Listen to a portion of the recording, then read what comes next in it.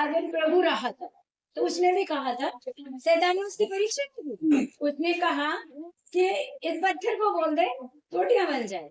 तो उसने क्या कहा, वचन में लिखा है कि ये मतलब मनुष्य केवल रोटी से ही नहीं जीवित रह सकता, परमेश्वर के मुख के निकले हुए हर वचन से जीवित रह सकता है। फिर शैतान और ऊंचे गुम्बद पर ले गया। तो क्या उसकी परीक्षा हो सकती है, हमारी भी हो सकती है? जरूरी नहीं है होगी, राइट बनता है, होगी, राइट बात है। क्योंकि जब हम प्रार्थना में, उपवास में, हम बाहरी बातों में ज्यादा ध्यान देंगे और हम अपने आत्मा को जब तक प्रभु के हाथों में नहीं देंगे, तब तक हमारा उपवास बेअर्थ रहेगा। और ये सच्चाई है, ये सच है।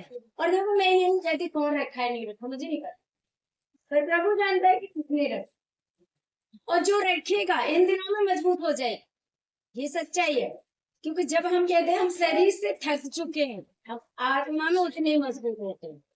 और आत्मा जब हमारी मजबूत है तो शैतान की नीम हमें, उस झुंड को हम यूं उखाड़ेंगे और यूं फेंक देंगे, क्योंकि चला जा। हमारा और तेरा झुंड हमारे प्रभु की आत्मा से बढ़ के तेरी सामर्थ कभी न थी, न है, न होगी, वो कभी नहीं हो सकती। सच्चाई यही है। अगर हम प्रभु के साथ अपनी संगति को अच्छे से रखते, हमने उपवास तो रखा, हमने भूखों को रोटी ना दी, किसी को जरूरतमंद का हमने काम नहीं किया।